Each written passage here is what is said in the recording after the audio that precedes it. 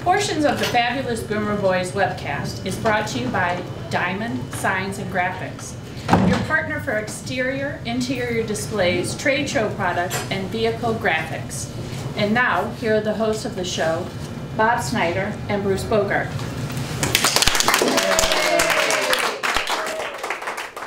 From the iconic Corky and Lenny's Delicatessen and Restaurant, we are the Fabulous Boomer Boys. I'm Bob Snyder. This is my fourth grade friend, and still my friend, Bruce Bogart. And we want to welcome you to our program. I think tonight we're going to have a lot of new people watching, Bruce, just because of who our guest is. Okay. Okay. So I thought maybe I'd give a little bit of an introduction to the show for those that have never seen us before. And that is, we are baby boomers, and we try to talk about baby boomer subjects. And we've been extremely lucky in that we've been able to get who we think are some of the most interesting and, in this case tonight, influential people from Northeast Ohio to be our guests. Right? And tell them about the banner, too. Oh, and more importantly, we've had a number of complaints from our friends about our banner because of reflection off the banner. Those of you tonight, do you see a reflection? We have a new sign. But wait, the color, it's the color scheme. Oh, you tell them the color, well, I'll tell them. First of all, everybody's welcome here. Everybody's welcome here, but some of us went to Brush High. So you will see brown and gold. And many of us went to The Ohio State University, so you will also see what? Anybody? Scarlet and gray. So we want to thank Diamond Signs and Graphics, one of our advertisers, who have done our new sign and done this. So good job. Good job, Mark Phelan and the crew over there. We'll talk to you a little bit more about them in just a little bit. But we're going to get right into things here as far as, I do want to say some of the people we've had. I think we have to mention, if you want to get a chance to catch up and maybe do some binge watching of our webcast, we've had Robin Swoboda, Mike Oshevsky from the WWMS days, Jan Jones, Bob DiBiasio of the Cleveland Indians, and recently we had Dan Coughlin of the Plain Dealer. You got to mention Rick Perella, too. And just Rick to Perella. Play it safe. Play That's it safe. right. Okay. And we've also had many other people. We're not going to name them all, but if you want to do some binge watching, you'll see some very interesting people, and I think have a lot of fun. And that's the main thing we're out to do here. Fair enough. And what about tonight? But tonight we have somebody that I think is a little different from what we've had in the past. Because he is not known as necessarily a comedic writer, but some people might think what he's written in the past are comedy at times. But he was the editorial page director of the Cleveland Plain Dealer. And I just want to tell you what Cleveland Magazine wrote about him when he retired. Brent Larkin will go down in history as Cleveland's last big power broker journalist, the last guy who single-handedly pens the town's conventional wisdom. So talk about a heavy guest. He's our guest tonight. Please welcome Brent Larkin.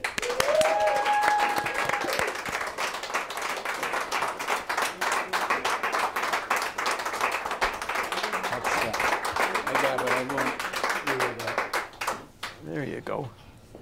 Okay. All right, Brent. We're gonna start off easy. This is my reward for having a sister who graduated. Oh, you're not supposed to give that away. Yeah. Can we get a shot over here? Hey, turn around. Face the camera over there, Paige. This is Brent's sister, Paige Larkin, who was my date in the 11th grade. Anyway, I think once. Once was enough for her, and then she let me go. Actually, she's the one we want to talk to. Why one time out? Enough said. I get it. We've known him 60 years. I get it. You think Joe Biden has trouble? If we start going back to my girlfriends, I'm in big trouble. Anyway, so Paige, thank you. She was the one that was kind enough to help us get in touch with you. But honestly speaking, though, we always have wanted you as the guest because we've been interested in a lot of what you had to say. And I know, Bruce, you were talking to me earlier. You wondered how he got. Yeah, I mean, how did you wind up where you wound up? Where'd you go to high school? Where'd you go to college? Give us a little. I went to Brush. And okay, good start. Wait, ever hear that? Brush! I graduated a few years before you, and I went to Ohio U. I was on the 4.5-year plan. Uh-huh. And I was a lousy student. I was an atrocious student. Oh, you went to OU. Come on. Yeah, I went to OU. Okay. and I majored in bad habits. Well, that was the right school for that. That was the wasn't right it? school for you there, right? Yeah, my sister will attest to that. And I had an appointment. I had no job prospects. I graduated in December of '69. And so I had an appointment downtown at a place called Snelling and Snelling. Anyone remember that? It was, Yeah, they were placement people. It was the big employment agency. It was Right. somewhere up on Euclid around 14th. Right. So I get off the Shoreway at 9th Street, turn left and there on the corner of 9th and Lakeside was the press building. And I was really early and I'm not even exaggerating a little bit here, was really early, so I said, what the heck, I'll pull in here. And the press was still at the very end of being the dominant paper in Cleveland. And Right. it was an iconic institution. So I pulled in Like the parking Corky and lot. Lenny's. Yeah, Iconic, kind of like that. yeah. Yeah. Right. And I got in this, as chance would have it, I got in to see the managing editor, a fellow named Dick Campbell. Dick Campbell had graduated from OU. Oh. All he cared about was one of the most important things in his life was Ohio University. He was later on the board of directors. Jim Rhodes put him on the board of Ohio U, and the newsroom was loaded with OU grads. Dick Fagler being the most notable, and only if I would have brought my transcript, I wouldn't have gotten in. They wouldn't have let me off the elevator. Right. But because I went to OU, he hired me on the spot without a resume, without a clip. To do what? I started the first Monday of 1970, and I went to police beat for a year, for 6 months. Went to the suburbs, had a couple really good mentors along the way, and after only about a year and a half, a fellow who's I still talk to once a week. His name's Bill Tanner. He lived in the Cedar Center neighborhood for many, many years. I'm going to interrupt you. He lived down the street from me on Renford. Okay. Bill Tanner, yes. He's alive and well and living in Fort Myers. I go to see him every year. Oh, wonderful. And he took a shot at me, on me, and I had worked pretty hard as a suburban reporter, and he put me at City Hall. And City Hall, people actually lived in Cleveland at the time. Right, yes. And they had a historic mayor who was in his final 6 months. So I started covering the Stokes administration, and Okay. one thing led to another, and I left the press about a few months after Joe Cole bought it. And that's when you left and went to the plane? Yeah. All right, so we got to skip ahead because Okay, I got so much to talk. I want to know how did you get into being the editorial writer? I mean, this is where you become influential. I was a columnist. I had been a politics editor. I was covered 6 conventions. I spent the entire year on the road when John Glenn ran for president, '84. Okay. And I came back, they gave me a column. There was an opening for sports editor. This was in spring of 1991. And I wanted it. Conventional wisdom was it was a done deal. I was going to be it's something that I had always wanted to do. And I went into the publisher's office. His name's Alex Machowski. And I went in to kind of seal the deal. The editor wanted me to be sports editor. And I went in to talk to Alex about it, and I walked out as the editorial page editor. Okay. And it's something that he knew going into that meeting was probably going to happen. I did not. And it's the best move I never made.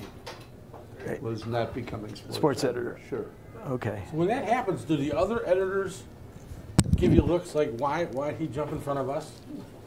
Well, I guess so, but So be it. it was very difficult. I replaced a friend of mine, and who was going to get rid of no matter what. But she's still my friend, and it's a long story. But sure, but I don't. So were you the guy that, like, when the newspaper? For the millennials out there, let me explain something to you. When we were growing up, we didn't watch on computers because they didn't have them, first of all. But we got all of our news, a little bit from television, but otherwise we got it from the press and Plain Dealer, and then it was only the Plain Dealer.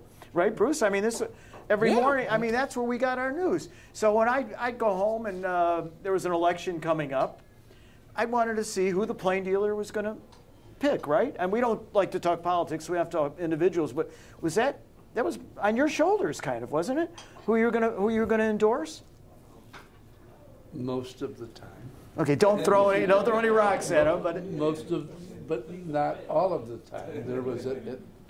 There was one non-endorsement that made national news when we opted in 2004 not to endorse anyone for president. We could do an hour and a half on that, and I'm not going to. Well, but we could put it in context. 2004 would have been the second Bush, the first Bush second run, correct? Correct. And who did he run against? John Kerry. Oh, okay. I could see why you had trouble endorsing somebody, but we don't want to talk politics. And that was the year that John Glenn wanted in and didn't get in? Is that what I'm... No, that was 84. Oh, 84. All right, I'm only off 20 years. No, 20 years. Yeah. At your age, what's the difference? I'm still thinking about the fact that Bob was reading editorial pages at the age of 16. John Glenn was the guy who was going to take the nomination away from Walter Mondale. And Gary Hart is the guy who ended up almost taking it. Oh, right. Gary Hart, yeah, Gary what Hart, a great guy. There's a guy I loved. We know that. I guess that means you didn't. Right. No, I did. Oh, No, he I did. did. Let me tell you, he did. He was my kind of guy. He had a lot of girlfriends. He would have been president. No. I think had that not happened, He was going to be president. in those days you could not get away. 1988. Yeah, he would right. have won. You couldn't do it. Yeah. Okay, so that gives us the background.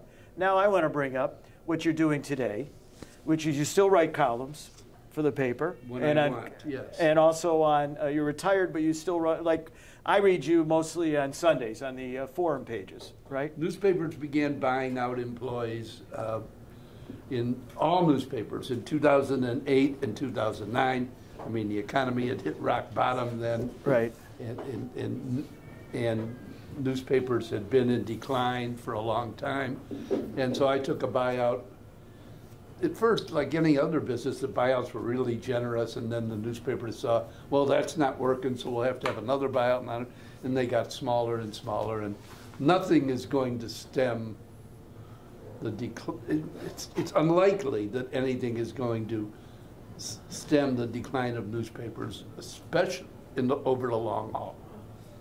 Okay. The long haul being the key. And this is something that millennials don't understand because they never started don't care. reading. I don't think they care, though. They don't care. They never even started reading newspapers. And I still get the Plain Dealer, subscribe to it, and they deliver Wednesdays, Sundays, Saturdays, Friday. They deliver 4 days a week. 4 days a week. And you know what? People don't, I don't know if you all know this, it's not just Cleveland that does that. I went to visit my kids in Birmingham, Alabama, and they I think only do 3 days a week. I couldn't believe, and my kids there don't even get the paper. I get up on Sunday morning and I want to go read the paper. They don't even get one. Newspapers that are in the most trouble are big. The newspapers in big regional papers. Well, we're not very big anymore, but as a region, and we have real bad demographics. We're not terribly educated, and that makes it really hard. An extra burden on the news operation at the Plain Dealer and Cleveland.com. They have similar ownership. Okay. All right. So that's a problem we can't solve. But I've got a problem we can solve that I agree with. I agree with something you wrote recently. You wrote an article about what are the Cleveland needs a master plan. I think people here will agree, right? I mean, this city seems to be floundering, this part of the country, Northeast Ohio. We've got so much going for us, but we're floundering in a lot of areas. And I think my pet peeve, and something I think could really make a difference, is that stupid Burke Lakefront Airport. Has anybody here ever flown out of there? I mean, really. Has anybody ever flown out of there? Do you know anyone that's flown out of that airport? Yeah, you do? Okay, all right. We have somebody over there that's made a lot of money, so they probably have a private jet. But, for the most part, yeah, I've flown once. And how many, in the last 2 years, have you ever flown out of there? No. No. What's the point? Okay. Keep moving. I want to know. right. I'm excited. Help me here, Brent. It's a waste. We could have a lakefront with a beach, a causeway, a boardwalk, whatever you want to call it. It's right there by the Rock and Roll Hall of Fame. It's right by the stadium, by the Science Center. It's across the street from the convention center. You could stay at a hotel downtown and walk there. You could have a beach. All those things. How can we possibly not get rid of that thing? It boggles the mind. Did you hear that?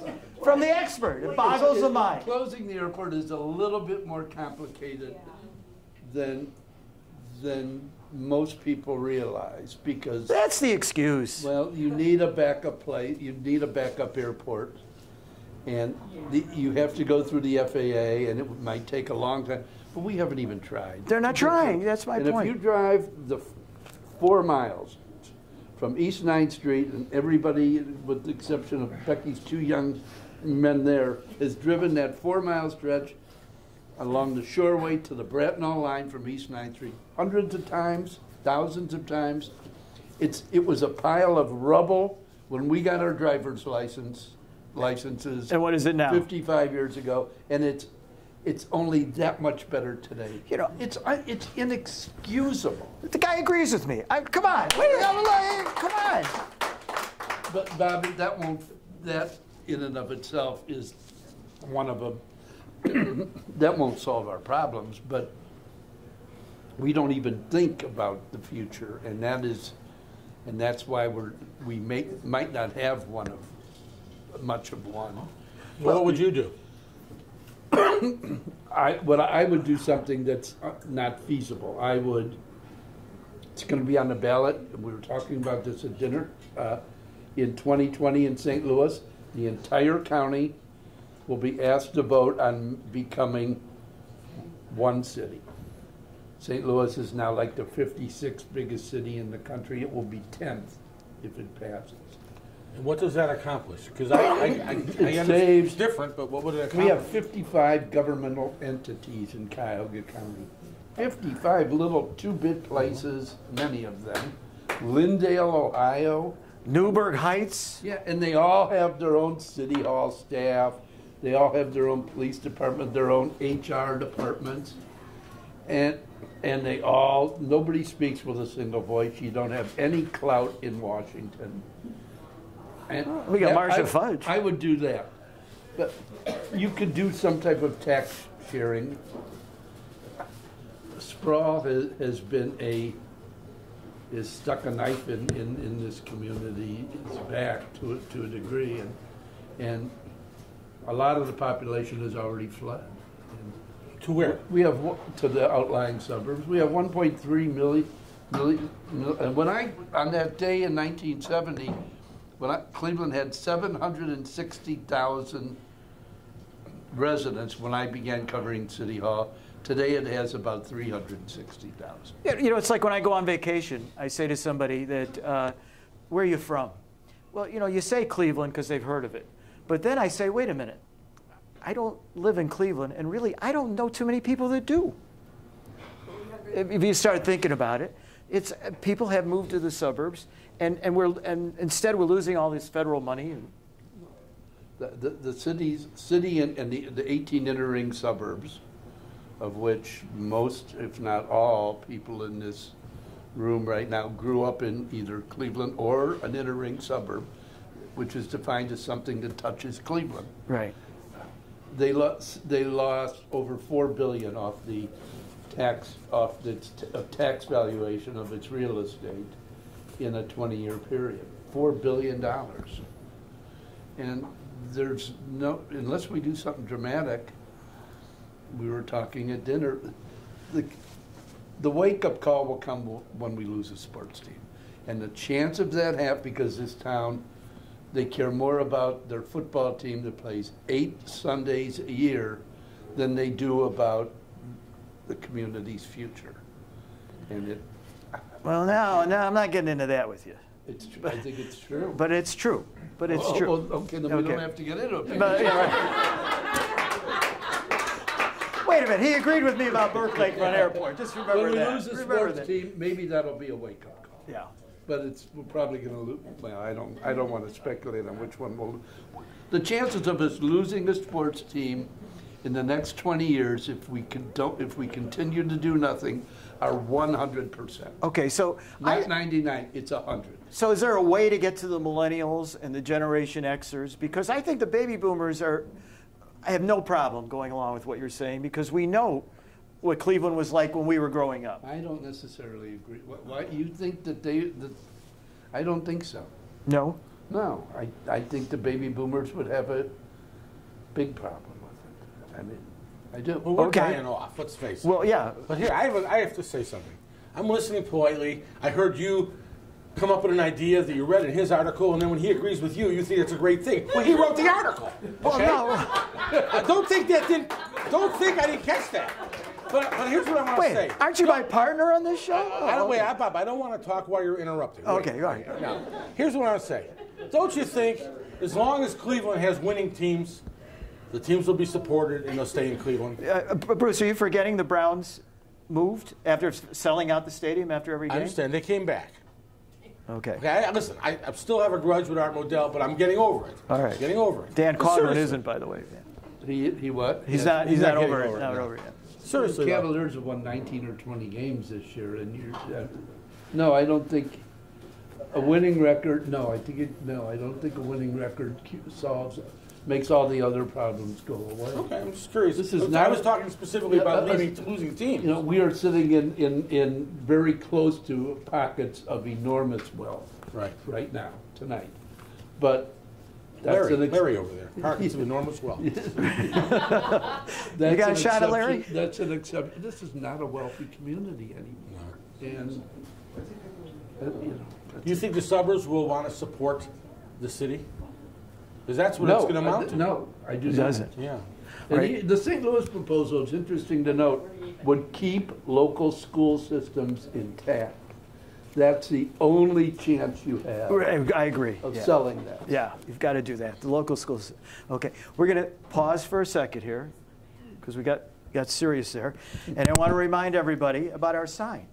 So looking to brilliantly build your brand or creatively convey a message, make Diamond Signs and Graphics your partner for exterior signs, interior displays, trade show products, and vehicle graphics. The fabulous Boomer Boys thanks Diamond Signs and Graphics for their backdrop and the various posters they've helped promote our show. To learn how Diamond Signs and Graphics can help your organization, visit their website at clevelandsignscompany.org. Again, that's clevelandsigncompany.org, and we'll have that at the bottom of the screen, so those of you here are wondering what it is, when you watch the show, you'll see it. And I want to thank Mark Balin. You can reach him at 216-367-9898. 216-367-9898, and we thank him for being a supporter of our program. Now, what about the lake? This is our greatest natural resource, and I know even Bruce likes to put on a swimsuit sometimes, you know. So we have to do something about the lake. If we're going to have a future, look, the planet Earth is running out of fresh water. We have 6 quadrillion gallons flowing by, every people in Lakewood and Bay Village flowing by their homes every single day. And eventually, if we can figure out a way to build a water-based economy based on fresh water, I think we have a chance to grow as our tax base but we don't. Milwaukee is investing. They're hiring world-class scientists, water scientists. They build $100 million, or maybe not that much, a big freshwater institute on the lake to try and attract these, the best and the brightest, to think of ways that you can do that. And we have a 1-2-bit little organization in town that's underfunded, and nobody ever talks about fresh water. A guy named David Morgenthaler, anyone ever hear of him? Yeah. He was a venture capitalist. He was one of the smartest, Larry knows him, I think. Yeah. one of the smartest guys I've ever known. And I'm not getting political here, but Dick Celeste is also a very smart guy, Rhodes Scholar, etc. Those two guys I listened to them talk a lot about water being the key to our future. But you ever hear the mayor talk about it? You ever hear the county executive talk about it? Don't even start with the county executives. Well, we're in a situation right now where one cannot lead and one seems unwilling to lead. I mean, Armin has a lot of problems, and the mayor ran for a 4th term that was clearly a mistake. Clearly a mistake. Okay. That's as deep as we'll go into the politics. Right. We don't want to go. Yeah. We want to stay on the side of non-politics, right, Bruce? Thanks. But he always saves me, doesn't he? But in fairness, Mike DeWine wants to invest a lot of money in. If we don't keep the lake clean, it's going to be worthless. Right. You know, the federal budget, introduced by someone, would cut cleanup funding by 90%. That's not a political statement. It's one of those stubborn facts. That you saw in the budget, right? Yeah, Trump's budget would cut cleanup funding by 90%. Pardon me? They revised that. They didn't revise it. No, that hasn't been revised. It will be revised, but this is the 3rd straight year that the federal budget would cut Great Lakes funding by 90%. It's a fact. So it will get fixed. Yes. So let me ask you something. Some people might say you're an angry guy. A little bit, yeah. Okay. I am. All right. Let me ask you this. If somebody like Joe Biden can think of running for office, what about you? Oh, that's a, oh, no. No, I mean, what do you think? I mean, this is a guy, right? This is a guy you can see, you know. We all have skeletons in our, no, that's not going to happen. Yeah. Oh, no. That's why I can't run, but I didn't think that would be your case. And I'm not going to be political when I say this. I have grown, I was never a partisan guy. I was never an angry guy about politics, and I've done okay covering politics since 1971, and I have only been angry since 2015 and 16. I have not been angry before that, and there's a reason, and hopefully, after 2020, I will not be angry again anymore. All right, I'm going to... Well, as long as we're not talking politics, I want to tell you a story that takes us back to things we can handle. Sure. Like the plane dealer. Sure. Okay, so 6-7 years ago, I developed this girlfriend. Ultimately, I marry her, and she loves the comic strips. And now this is important. This is important. I'll tell you why. It all ties I know. in. I'm agreeing. Yeah. Please. So, and I can understand why she reads the comics. She laughs out loud. I don't understand who would laugh out loud at a comic strip. You know. Now, fast forward several years, and when I read, and I tend to read the paper on Wednesday and on Sunday, and I read the forum, and I read, okay, and every other letter to the editor is about moving the comic strips. People are angry about that. They're enormously popular. I haven't read. You're aware of that. Gil Thorpe was the last one I read. Right, because he was a coach in high school. Right. Yeah. But wait, are you aware of the fact that they're upset about this comic strip was moved to the sports section and this one's over there? Yes. Okay. Yeah. And that happened about 2015 too. Since 2015, I've been angry. That's all I got. If you guys want to talk politics, I'll just wait for the show to end. That's okay. Okay. I mean, anything could happen. Those of you who've never seen the show before, binge watch. But anyway, I've got to ask you, in a recent article that you wrote, we had a man that some of the people here have known personally. Sam Miller passed away. May he rest in peace. Mm-hmm. And we all know what a mover and shaker he was in this part of the town. But I've got to tell you, at the end of your column in particular, he's talked about how there were so many stories that maybe will never be written. Are you going to maybe write one of these stories? No, because he wouldn't. I talked to Sam for 20 years. Becky will attest to this. every single day of my life for more than 20 years. Okay. And Let's tell everybody who he is. He was the He a was- major domino of the Forest City Enterprises. He was, and he gave away a lot of money. And Very philanthropic. He Right. was when Golda Meir came to, when she was prime minister, when she came to the United States, she stayed at Sam's house. Okay. And actually, but Sam did a lot of work there was a period when he did work for the Israeli government that he would never talk about. I begged Sam to sit down in front with a tape recorder and tell me his real life story, embargo it until his death. He just took a lot of secrets to the grave. I'm not talking about bad. Oh, okay. That's what I want to say. Sam Not led bad things. a Right. remarkable life. He was one of the 2 or 3 smartest people I have ever known. He was probably the smartest person I've ever known. Okay. So You know, hey, Sam won. He had 97 years, and about 95 of them were really good. Now that's a win, isn't it? Yeah. yeah. I'd like to.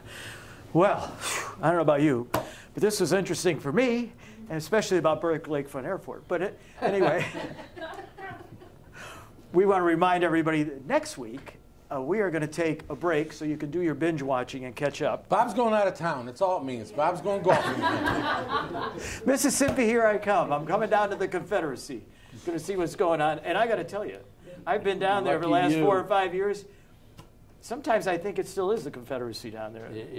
It's not like Ohio. Would you agree? I mean, I know you've traveled. You know that. Mississippi? Is Yeah. that where you're really going? I really am going. Yes. He's really going there. Okay. Great golf courses and nice casinos, but Up north, up south. Gulfport, Yeah. Gulfport. You know Okay.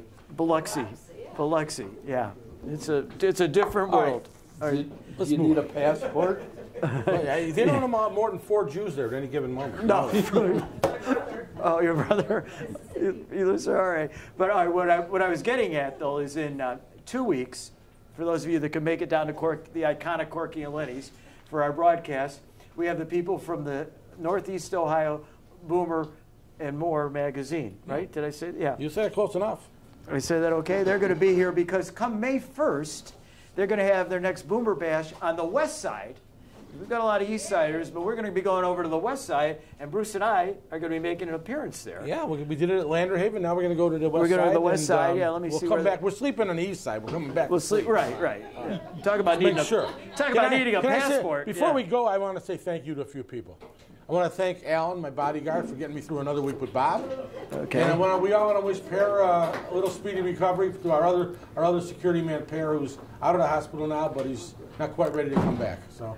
All right. So We want to thank Tyler for doing You do that. Oh, okay. Thanks, Tyler. Where are you going on the west side? What's that?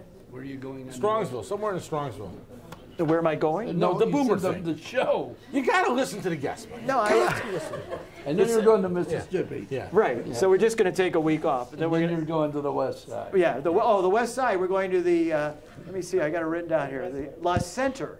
Have you ever been there? Nice place. In Westlake, La Center in Westlake. it's a classy- That's where it's going to be. big May place. 1st. Yeah. Brad Mitchell, the publisher of the magazine, was nice enough to he'll ask be- us and to he'll make be an back. appearance, and he's going to be our guest here in 2 weeks. So we want to make sure that you watch that, starting on Wednesday nights when you'll be able to see this. Please spread the word. And I'm going to do a little bit of bragging just for a minute. Bruce doesn't like when I do this. But we have been told that we have had over 7,000 views to our show.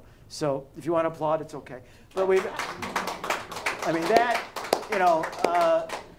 for a very low advertising budget, I think we're very proud of that. And I think a lot of it has to do with people like you, Brent, to come on to the show and help No, that's spread the true. word. That's true. And also the people that do watch us. So we hope you'll tell your friends that I think they're going to find out some things they wouldn't know if they didn't watch the Fabulous Boomer Boys. So once again, I want to thank you also again.